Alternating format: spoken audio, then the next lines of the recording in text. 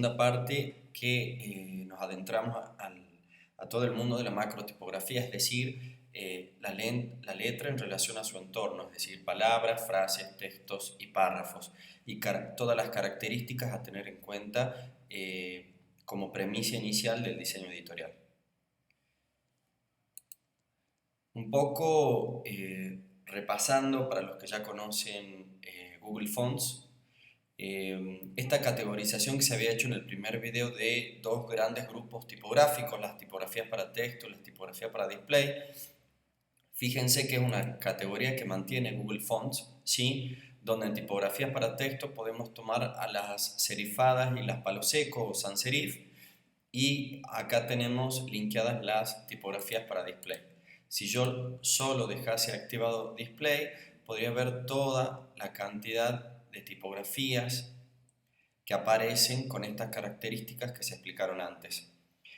Handwriting son las tipografías que simulan la letra a mano alzada, en algunos casos caligrafía, ¿sí? En otros casos quizás una cuestión más de impronta, de letra de carta. Y por último las monoespaciadas, que son las tipografías cuya caja de construcción tiene el mismo ancho. Convencionalmente sabemos que una M y una W, tanto minúsculas como mayúsculas, tienen una caja de diseño mucho más expandido, más ancho que lo que puede ser una A, y en contraposición a lo que es la letra I, que es la caja más condensada. Sin embargo, monoespaciadas presentan todas la misma estructura de caja en su ancho.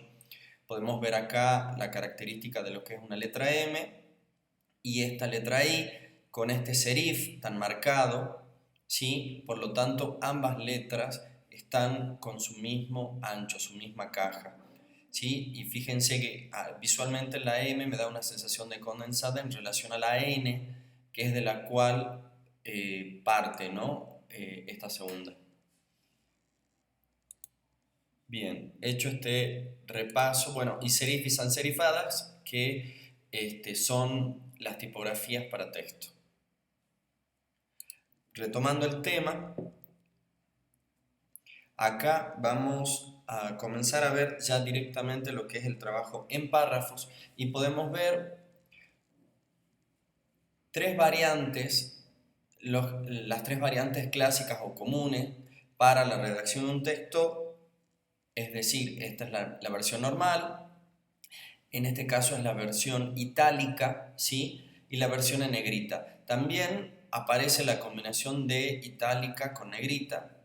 Y bueno, todo ese texto en caja de mayúscula. Esta redacción pertenece a un pangrama. Los pangramas son frases que contemplan, frases sin sentido, pero contemplan todas las letras del alfabeto y me permite ver el comportamiento, por lo menos de los 27 caracteres más comunes, en algunos casos con diacríticos, ¿sí?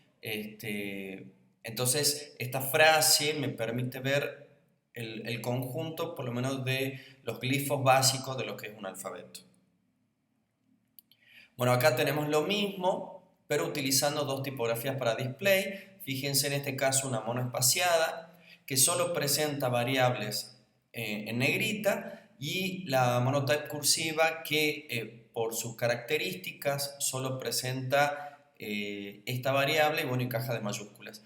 Fíjense que generalmente estas tipografías handwriting o las cursivas tienen tanto trabajo lo que es la caja de mayúsculas, cada letra, que cuando yo las hago convivir en una palabra, cada una quiere destacarse por sobre la otra. Generalmente no conviene nunca trabajar esto ni a nivel titular ni rotulación, sino que sean letras capitales o letras iniciales en lo que es un párrafo, y continuar el resto con minúsculas.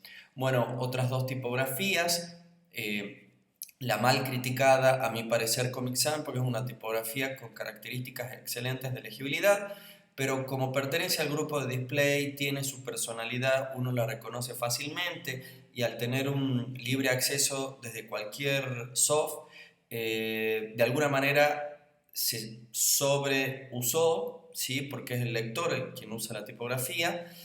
pero yo podría decir que una Times New Roman, una Arial, una Helvética están mucho más usadas que una Comic Sans, pero al pertenecer al grupo de las tipografías para texto, las que son más invisibles no la tenemos tanto en cuenta, no nos cansa, por así decirlo.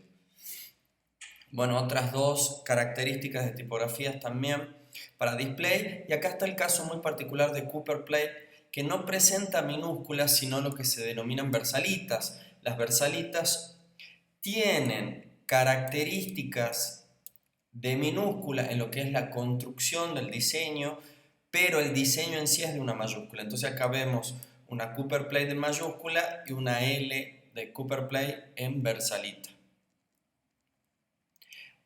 Cuando hablamos de economía, hoy en día nos tenemos que remitir históricamente los escribas, quienes eran los encargados de transcribir libros y demás. A ellos ya se les pedía como cierta economía, por lo tanto a la hora de escribir la caja de las letras con la que ellos dibujaban tendía a ser más condensada para que de esa manera pudiese entrar más texto dentro de lo que es una página. Hoy en día estas características de economía son consideradas por el tipo de lectura que tenemos. No es una lectura prolongada la que hacemos en pantalla o en dispositivos móviles, y aparte hay que tener en cuenta la relación de cromática figura-fondo. Bueno, acá tenemos la comparación de tres tipografías serifadas, donde tenemos la separación por párrafos a través de lo que es un espaciado o un interlineado vacío, o lo que técnicamente es un enter, un destaque con una versión en itálica, ¿sí? Y el inicio, que es en negrita. Estos son como detalles. También se puede observar que si bien todas están en punto 12, Cambria, por tener una caja de diseño más grande, ¿sí?, no tiene el mismo rendimiento tipográfico que Minion Pro y Times New Roman, que es casi el mismo. En los tres ejemplos vemos alineados a la izquierda.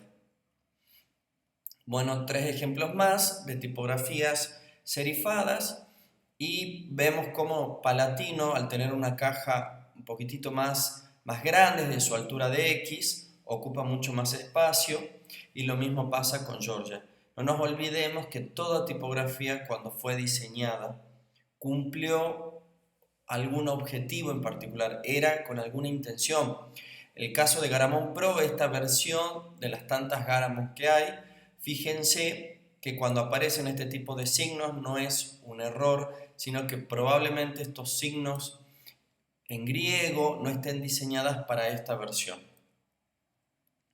Tres ejemplos de tipografía de palo seco, donde pasa lo mismo en relación a lo que es el rendimiento tipográfico. No significa ni que estén mal ni que estén bien, sino cómo va rindiendo en un espacio.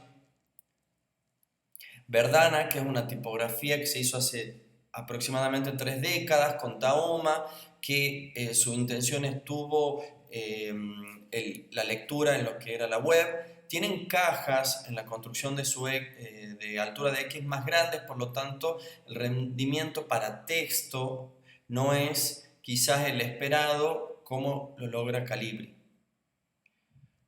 Bueno, tomando a Calibri como ejemplo, acá vemos los tres tipos de alineaciones conocidos: izquierda, centro y derecha. A saber que nosotros siempre, porque es nuestra lectura occidental, utilizamos alineado a la izquierda. En centro y en derecha podrán ser para algún tipo de destaques. Con respecto a la alineación, los justificados forzados producen esta apertura en lo que es el interpalabra. Yo siempre recomiendo en trabajar alineados a la izquierda, y el justificado solo aparecería cuando uno tiene un entrenamiento y un refinamiento tipográfico muy bien logrado, y aparte trabajado en programas específicos como Adobe InDesign, que son programas editoriales. Cuando el interlineado, acá presentamos un interlineado normal, excede y es por demás positivo, lo puedo utilizar para algún texto en particular, ahora no para textos extensos porque es compleja su lectura. Cuando tenemos todo un texto en variable negrita o todo un texto en variable cursiva o itálica en este caso, no conviene más que utilizarlo solo para algún destaque, En este caso resulta muy cansador y acá podría suceder algo parecido, no tanto como el caso de negritas. Caja de mayúscula para textos extensos, no solo que no tiene un buen rendimiento, sino que no es recomendable, porque nuestra forma de leer es con altura de mayúsculas y minúsculas, es la forma más fácil de reconocer las formas. Es decir, que el texto en mayúscula me lleva más tiempo, es complejo, lo puedo utilizar para cuestiones breves, pero no para relatos extensos de textos. Bueno, esto es lo que decíamos recién, de que no leemos letra por letra, sino que reconocemos formas. Estos destaques hay que tener muy en cuenta que cuando yo hago demasiado énfasis en diferentes partes de párrafo, producen distracción visual y no lograr esto que yo quiero leer desde el inicio al fin. Otra separación de párrafos son las sangrías de primera línea. En este caso he visto el espaciado de más, ambos, el primero y el segundo caso, están bien logrados. O en este caso aplico una sangría de primera línea a todo un texto de destaque. Hay una regla que si yo decido trabajar con pares, es decir, para un cuerpo de texto utilizo 12, me manejaré con pares 14, 18, 24 para titulares, subtítulos y demás. Lo mismo si decido trabajar con impares. Si lo pronuncio mal, disculpen, pero ya si yo, él planteaba en la década del 30 que el texto alineado a la izquierda es lo que a nosotros nos ayuda en nuestro orden de leer, porque es la estructura de F, ¿no? Avanzo de izquierda a derecha, bajo por esa estructura, ¿sí? Que está alineada a ese borde izquierdo y me permite hacer de que el ojo regrese y terminar cada línea horizontal. No son recomendables ni cuestiones muy acotadas, ni estrechas, ni tan expandidas en cuanto a su caja. Y por acá